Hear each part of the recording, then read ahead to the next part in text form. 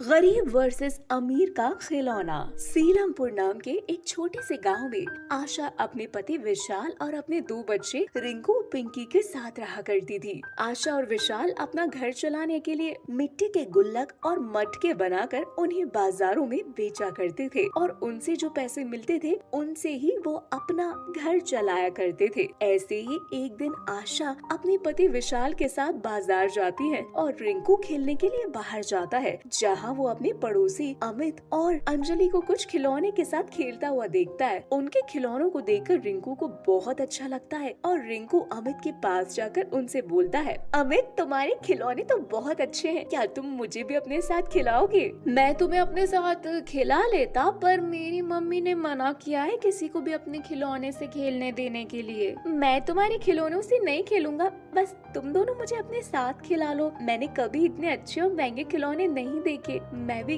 खिलौनों के साथ खेलना चाहता हूँ। तुम जैसे गरीब कभी ऐसे खिलौने देख भी नहीं सकते, खेलना तो बहुत दूर की बात है और हम तुम्हें अपने साथ नहीं खिलाएंगे। इसीलिए जाओ, अपने घर जाओ और उस मिट्टी के घर में मिट्टी के मटके बनाकर बेचना अपने मम्मी पापा के साथ। ये बोलकर अंजलि रिंकू का मजाक बनाती है और जोर जोर से हंसने लगती है, जिसके बाद अमित और अंजलि अपना खिलौना लेकर अपने घर में चले जाते हैं। ये सब देखकर रिंकू रोने लगता है और रोता हुआ घर आता है। घर आकर रिंकू अपनी बहन पिंकी से बोलता है, दीदी तुम्हें पता है आज क्या हुआ? क्या हुआ रिंकू? तू रो क्यों रहा है?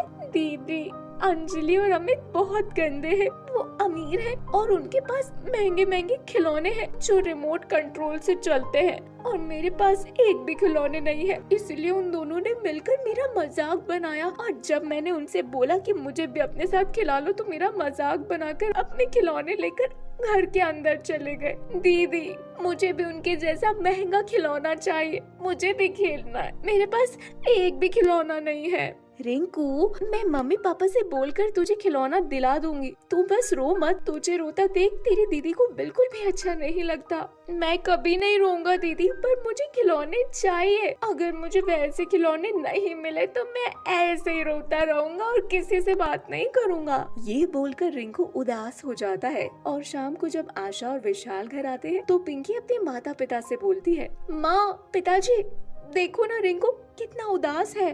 उदास है? पर क्यों? ऐसा क्या हो गया मेरे लाल को? आशा के पूछने पर पिंकी अपनी माँ को सारी बात बताती है, जिसके बाद आशा पिंकी से बोलती है, बेटा चाहते तो हम भी है कि हमारे बच्चे को किसी भी चीज की कमी ना हो, पर हम क्या करें? हम गरीब हैं। हम मिट्टी का मटका गुल्लक बनाकर उन्हें बेचकर अपना गुजारा करते हैं और तुझे तो पता है जब से बरसात हुई है तब से काम भी नहीं चल रहा। अपने सारे मटके भी खराब हो गए हैं। अब तो पैसे भी नहीं बचे कि इस महीने का राशन भरवा सके। इसीलिए बेटा जब मेरे पास पैसे आएंगे तो मैं तुझे दे दूंगी। उन पैसों से तो अपने भाई को खिलौने ला कर देना, पर अभी तो पैसे है ही नहीं, इसीलिए तो उसे समझा।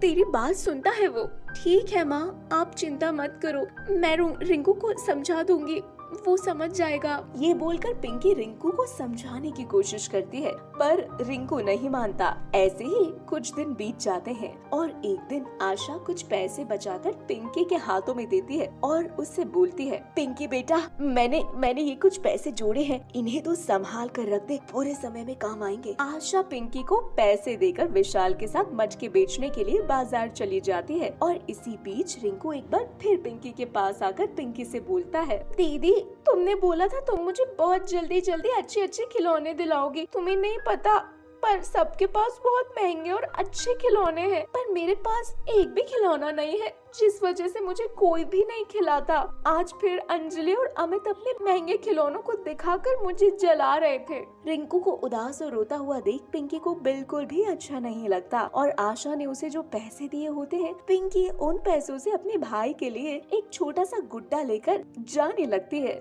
तभी रास्ते में पिंकी को अंजलि मिल जाती है और उसके हाथों में वो गुड्डा देखकर बोलती है, अरे तुम्हें अपने घर के काम से फुर्सत मिल जाएगी जो तुम इस गुड्डे के साथ खेलोगी। ये गुड्डा मैंने अपने लिए नहीं बल्कि अपने भाई के लिए लिया है, क्योंकि उसके पास एक भी खिलौना नहीं है और तुम भी उसे अपने खिलौने दिखाकर जलाती हो। पिंकी का खिलौना और उसकी बातें सुनकर अंजलि जोर जोर से हंसने लगती है और उससे बोलती है, तो तुम अपने भाई को ये खिलौना दोगी? अरे हमारे पास तो इससे भी अच्छे और महंगे खिलौने हैं, देख लेना तुम्हारा भाई ये खिलौना लेने नहीं वाला। ओह सॉरी, मैं तो भूल ही गई थी, तुम गरीबों की तो औकात बस यही तक है। अंजलि पिंकी का मजाक बनाकर वहाँ से चली जाती है, जिसके बाद पिंकी वो खिलौना लेकर रिंकू को देती है। रिंकू वो खिलौना देखकर अपनी बहन से बोलता है, दीदी मुझे नहीं चाहिए ये खिलौना, मुझे ठीक वैसा ही खिलौना चाहिए जैसा कि अमित और अंजलि के पास है। मुझे भी उनके जैसा remote control car, train, plane ये सब चाहिए, मुझे नहीं चाहिए ये गुड्डा और गुड़िया। ये बोलकर रिंकू उस खिलौने को फेंक देता है। तभी आशा और विशाल आते हैं, जहाँ बात आशा को पता चलती है कि पिंकी ने उन पैसों से रिंकू के लिए खिलौने खरीदे हैं, तो आशा पिंकी को बहुत डांटती है। पर ये सब देखकर रिंकू को अच्छा नहीं लगता और वो अपनी गलती मान लेता है और अपनी बहन से सॉरी बोलता है।